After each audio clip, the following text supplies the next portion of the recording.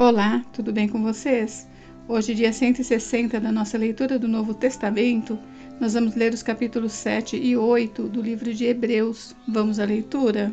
Hebreus 7. O sacerdote de Melquisedeque era a figura do sacerdócio eterno de Cristo. Porque este Melquisedeque, que era rei de Salém e sacerdote do Deus Altíssimo, e que saiu ao encontro de Abraão quando ele regressava da matança dos reis e o abençoou, a quem também Abraão deu o dízimo de tudo, e primeiramente é, por interpretação, rei de justiça, e depois também rei de Salém, que é rei de paz, sem pai, sem mãe, sem genealogia, não tendo princípio de dias nem fim de vida, mas sendo feito semelhante ao Filho de Deus, permanece sacerdote para sempre.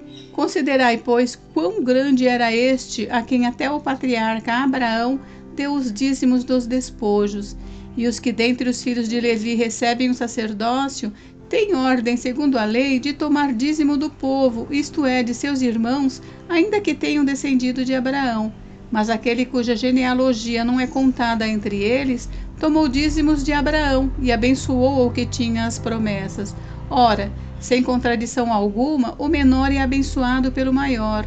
E aqui certamente tomam dízimos homens que morrem, ali porém aquele de quem se testifica que vive. E para assim dizer, por meio de Abraão até Levi, que recebe dízimos, pagou dízimos, porque ainda ele estava nos lombos de seu pai quando Melquisedeque lhe saiu ao encontro. De sorte que se a perfeição fosse pelo sacerdócio levítico, porque sob ele o povo recebeu a lei, que necessidade havia logo de que outro sacerdote se levantasse, segundo a ordem de Melquisedeque, e não fosse chamado segundo a ordem de Arão? Porque mudando-se o sacerdócio, necessariamente se faz também mudança da lei, porque aquele de quem estas coisas se dizem, pertence a outra tribo, da qual ninguém serviu ao altar, visto ser manifesto que o nosso Senhor procedeu de Judá, e concernente a essa tribo, nunca Moisés falou do sacerdócio. E muito mais manifesto é ainda, se a semelhança de Melquisedeque se levantar outro sacerdote, que não foi feito segundo a lei do mandamento carnal, mas segundo a virtude da vida incorruptível. Porque dele assim se testifica: tu és sacerdote eternamente segundo a ordem de Melquisedeque.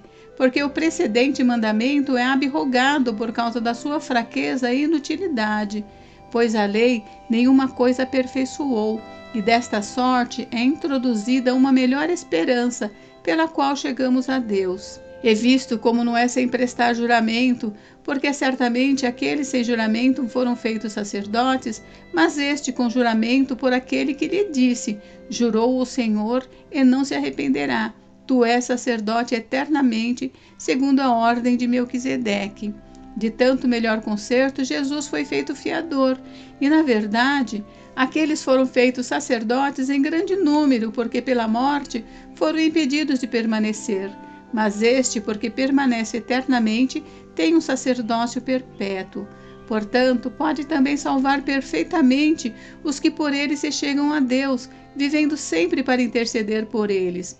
Porque nos convinha tal sumo sacerdote, santo, inocente, imaculado, separado dos pecadores e feito mais sublime do que os céus, que não necessitasse, como os sumos sacerdotes, de oferecer cada dia sacrifícios, primeiramente por seus próprios pecados e depois pelos do povo, porque isso fez ele uma vez, oferecendo-se a si mesmo. Porque a lei constitui sumos sacerdotes a homens fracos, mas a palavra do juramento que veio depois da lei constitui o Filho perfeito para sempre.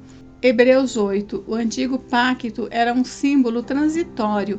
Cristo é mediador de um pacto melhor e eterno. Ora, a suma do que temos dito é que temos um sumo sacerdote tal que está assentado no céu, à destra do trono da majestade, ministro do santuário do verdadeiro tabernáculo, o qual o Senhor fundou e não o homem. Porque todo sumo sacerdote é constituído para oferecer dons e sacrifícios, pelo que era necessário que este também tivesse alguma coisa que oferecer. Ora, se ele estivesse na terra, nem tampouco sacerdote seria, havendo ainda sacerdotes que oferecem dons segundo a lei, os quais servem de exemplar e sombra das coisas celestiais, como Moisés divinamente foi avisado, estando já para acabar o tabernáculo, porque foi dito: olha, faze tudo conforme o modelo que no monte se te mostrou. Mas agora alcançou ele ministério tanto mais excelente, quanto é mediador de um melhor concerto, que está confirmado em melhores promessas. Porque se aquele primeiro fora irrepreensível, nunca se teria buscado lugar para o segundo. Porque repreendendo-os lhes diz: eis que virão dias, diz o Senhor, em que com a casa de Israel e com a casa de Judá estabelecerei um novo concerto, não segundo o concerto que fiz com seus pais no dia em que os tomei pela mão para os tirar da terra do Egito. Como não permaneceram naquele meu concerto, eu para eles não atentei, diz o Senhor. Porque este é o concerto que depois daqueles dias farei com a casa de Israel, diz o Senhor.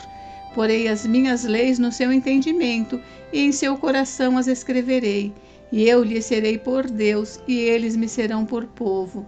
E não ensinará cada um ao seu próximo, nem cada um ao seu irmão, dizendo: conhece o Senhor, porque todos me conhecerão, desde o menor deles até ao maior.